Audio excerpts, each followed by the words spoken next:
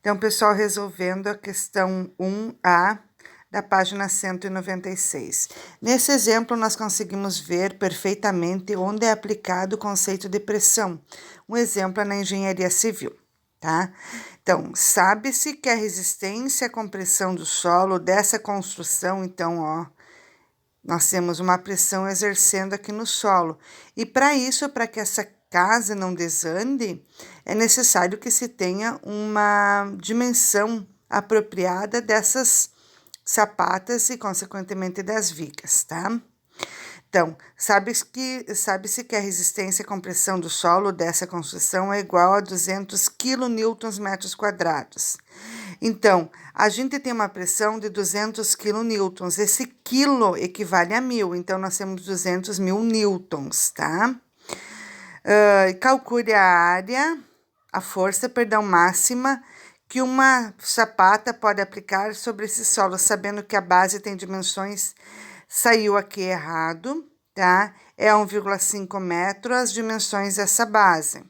E aí a gente tem a área igual a base maior vezes base menor, né? Quando é um quadrado. Então, nós temos 1,5 vezes 1,5, 2,25 metros quadrados.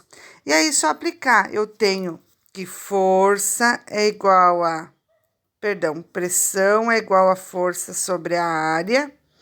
E aí, como eu quero saber a força, vai ser pressão vezes a área.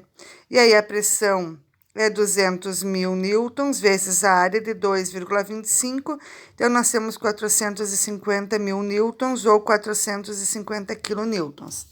Já na B, diz o seguinte, sabe-se que a resistência à compressão de um pilar é igual a 10 megapascais. Esse mega é 10 na 6, tá? E que o esforço introduzido pela laje seja 400 quilonewtons, que é o peso dessa laje, o quilo é 10 na 6.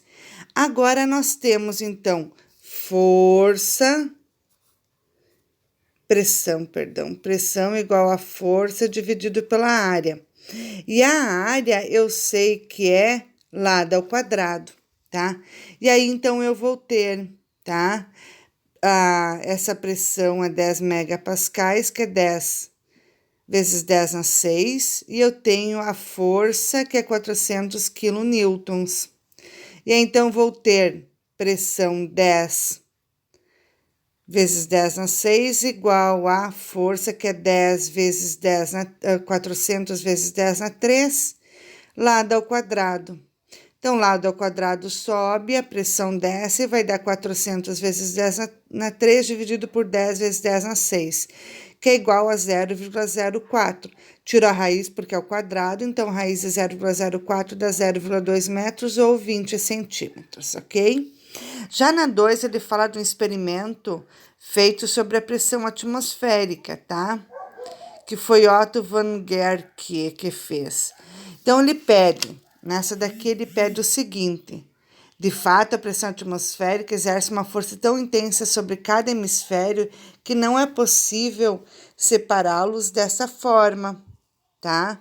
Então, suponha, por simplificação, que o experimento de Guericke tivesse sido realizado com duas placas em forma de cilindro. Essas placas, bem como as forças nelas aplicadas, estão ilustradas a seguir.